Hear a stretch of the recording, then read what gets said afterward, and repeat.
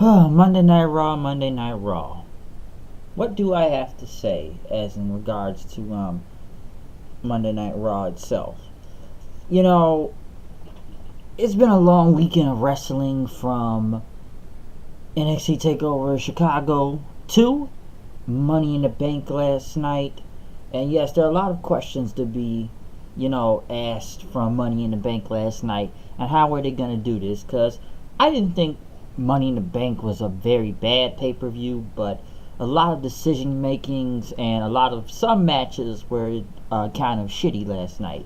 I pretty much went on a rant, and I'm sure a lot of other people went on a rant of why Alexa Bliss keeps holding the fucking belt for some reason, and how dumb it was, the way they pretty much killed Asuka out there with the James Ellsworth thing. What else? What was pretty bad on that show? Well, the chant. Listen, Roman versus Jinder was horrible in general, but the chanting was hilarious.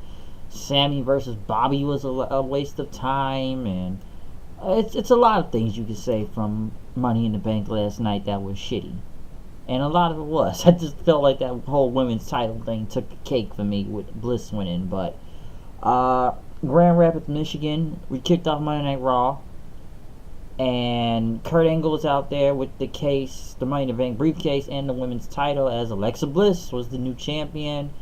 And she tried to thank everyone and the whole opportunity. People chanted "You deserve" for some reason, and said the opportunity to rub it in all your faces. The people chanted Ronda Rousey then as Ronda Rousey came out, and this is probably one of the best parts of the show. Okay, this is probably one of the best parts.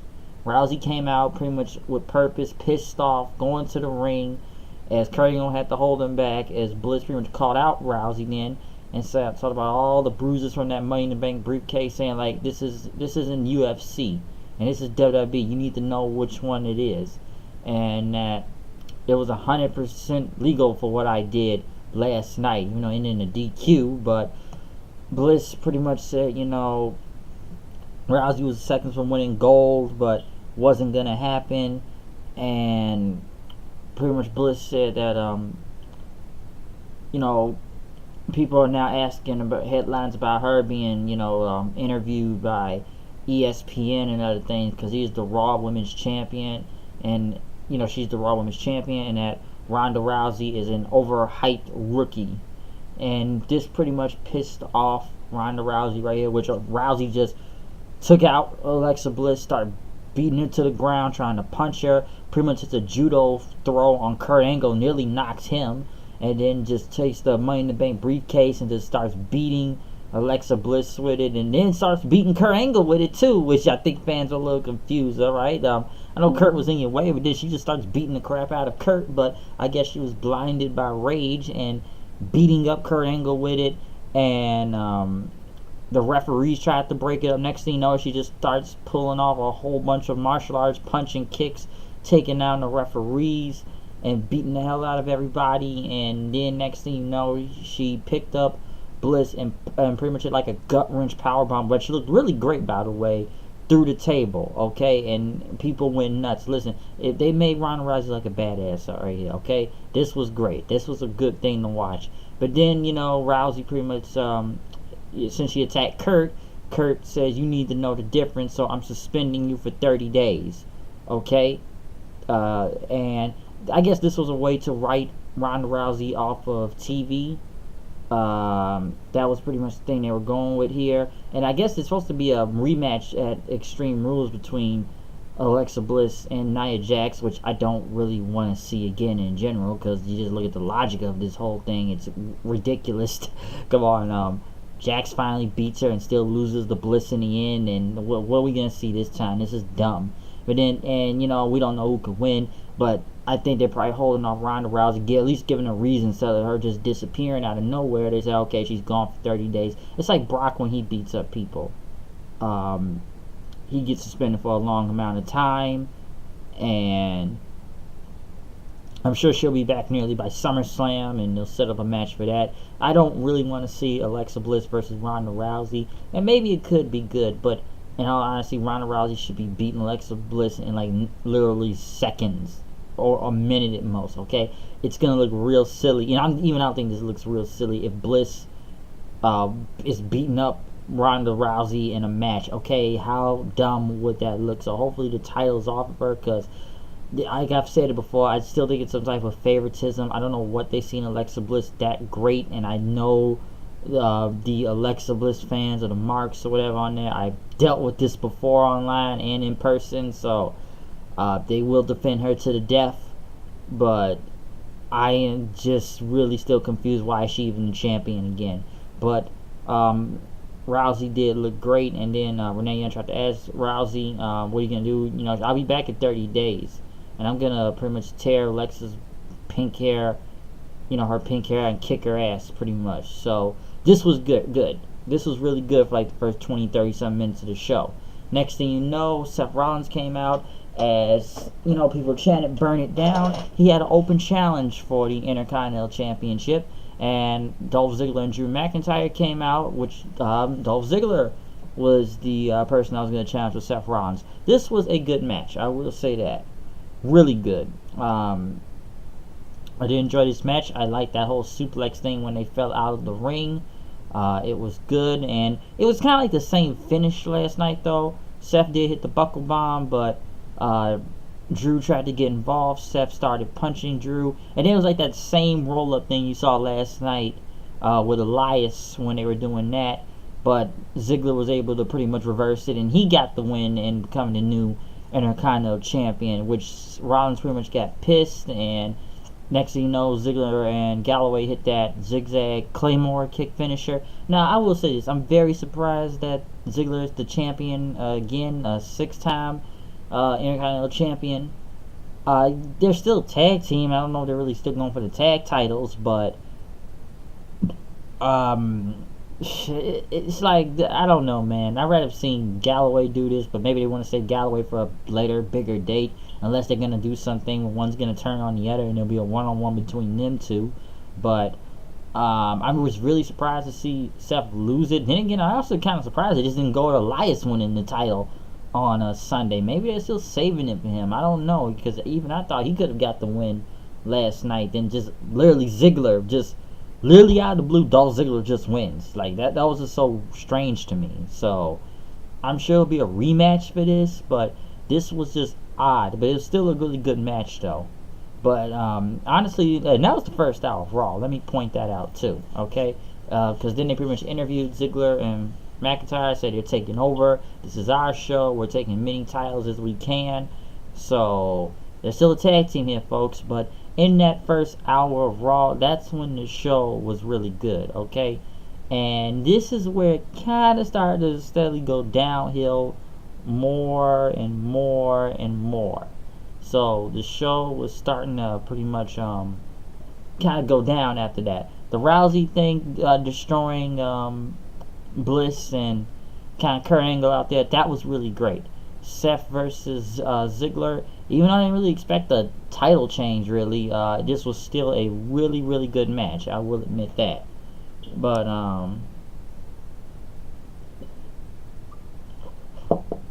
like I said, it was still a really good match out there. But this is where the like I said, this is where a lot of crap starts coming in now. Well, where do we start here? Number one, Bobby Roode versus Kurt Hawkins for no reason. Kurt Hawkins, 203 losses. Roode wins, so Roode's kind of got really nothing going on right in there. Moving on, because they really don't know what to do with this guy. He's just an entrance at this point. Turn him heel, do something, I don't know. JoJo pretty much announced them Mr. Monster in the Bank, Braun Strowman, as he talked about that. He talked about him winning the Greatest Royal Rumble and becoming tag team champions. But now he has the Money in the Bank briefcase, and he's going to cash it in on Brock Lesnar and become the new Universal Champion. That the Beast is going to get these hands. Kevin Owens then came out. Surprisingly, Kevin Owens is still alive, and talked about the whole ladder thing from last night, falling off the stage, and he fell off of it. And yes, it looked really deadly, but he wanted to be the first guy in the locker room to congratulate Strowman, and he said that he deserved it, and people, of course, were going to chant that. And he told Strowman, let's be smart about this. Let's strategize. He said, you know what? You have that case now, but who's watching your back, huh? Who's really, what, a 10-year-old kid you did at WrestleMania when you teamed with him? No, that was it.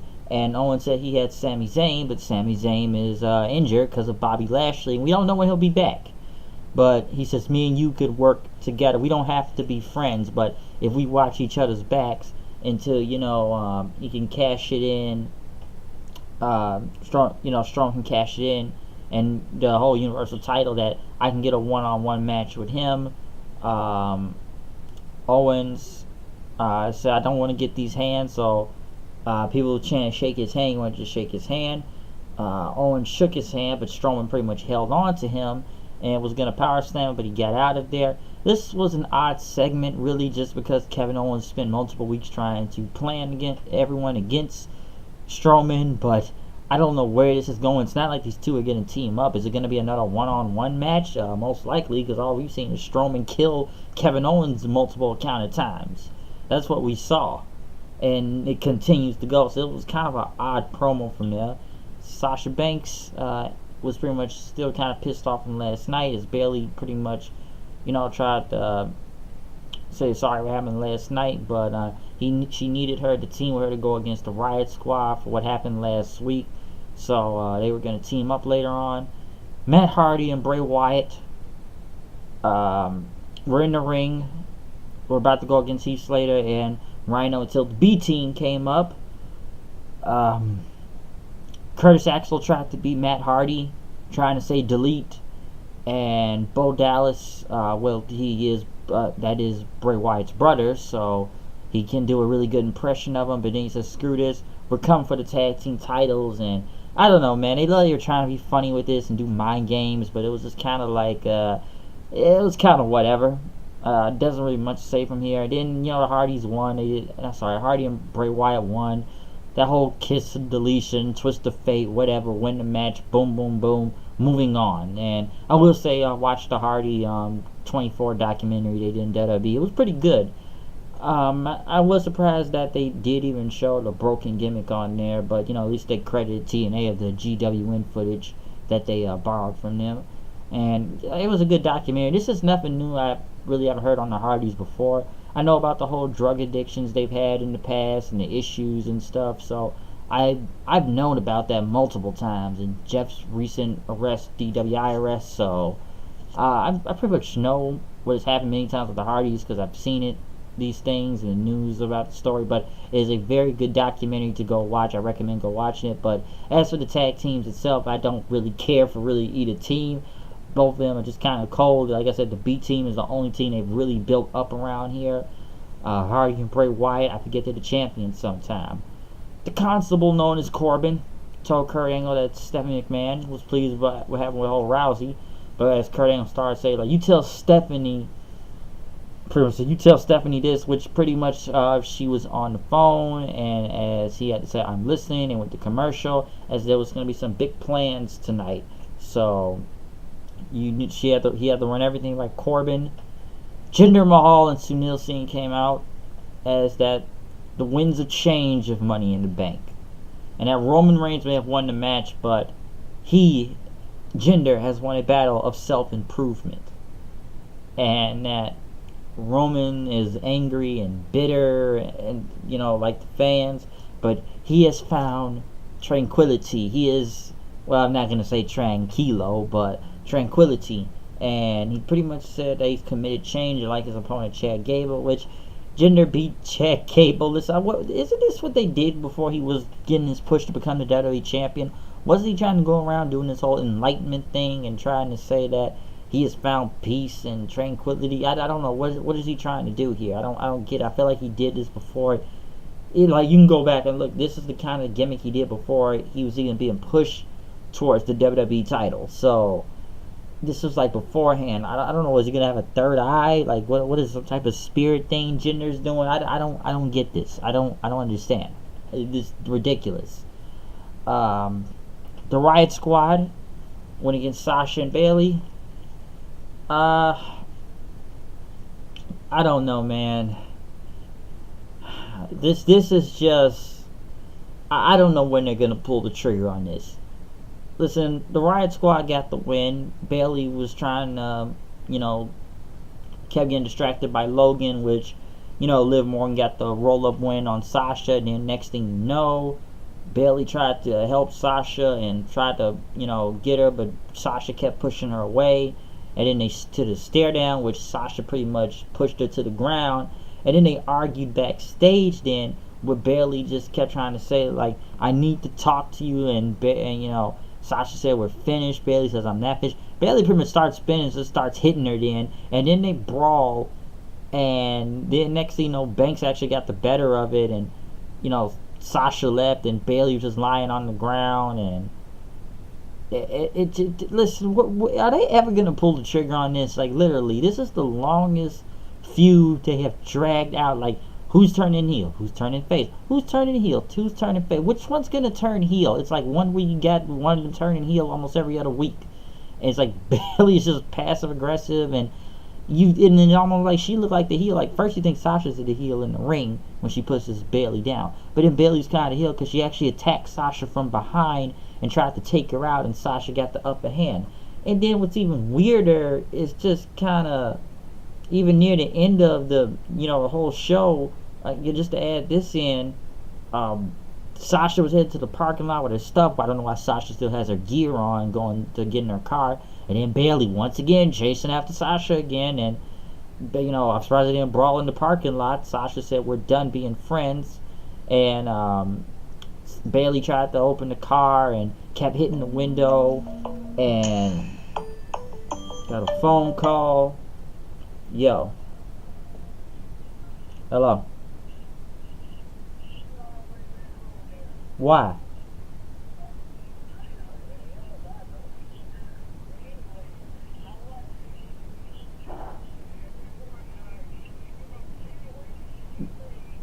Black Panther. Yeah, I know. Mhm. Yeah, I know he's Black Panther. That's like he winning all the awards.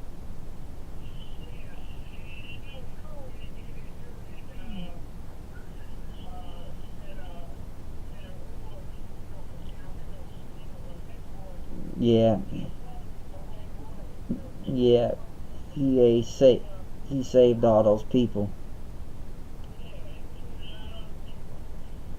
Yeah. All right. All right. I'll call back. But I'm sorry, but what was I gonna say here? Yeah, you got Sasha. Pretty much. Yeah, she pretty. I know why she was in a streaker, but Bayley's chasing the car away, and then Bayley threw a water bottle at her car. Then she drove off. So I don't know, Bayley. Like, listen, this feud has just gone on forever. Like, dude, just turn one of them heel at this point. I don't even care. This thing is dragged out for months, many months, and then it's like you do it and you stop doing it, you do it, you stop doing it. Which one's it gonna be? Like literally, like come on, which one is it really gonna be? I don't understand where this is going at this point.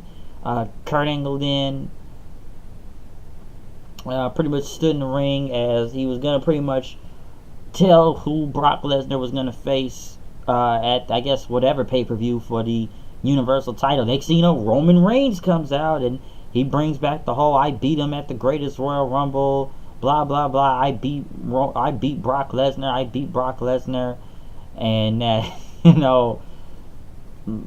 wants that shot against Lesnar. I say he says this every other time, and Lesnar only defends it every few months and stuff, and he said, "I'll answer the question." He says, I'm gonna take him out. Okay, so he keeps going on from that, and Angle said he had an announcement, but then Bobby Lashley comes out and saying, "You're the guy, huh?" And he almost messes. Like, Lashley botched the promo too, out here talking about Reigns and talking about Reigns. You begged your head on the wall for the past 3 years trying to beat Lesnar. Okay, I was trying to get hands on him since Reigns was just a little pup.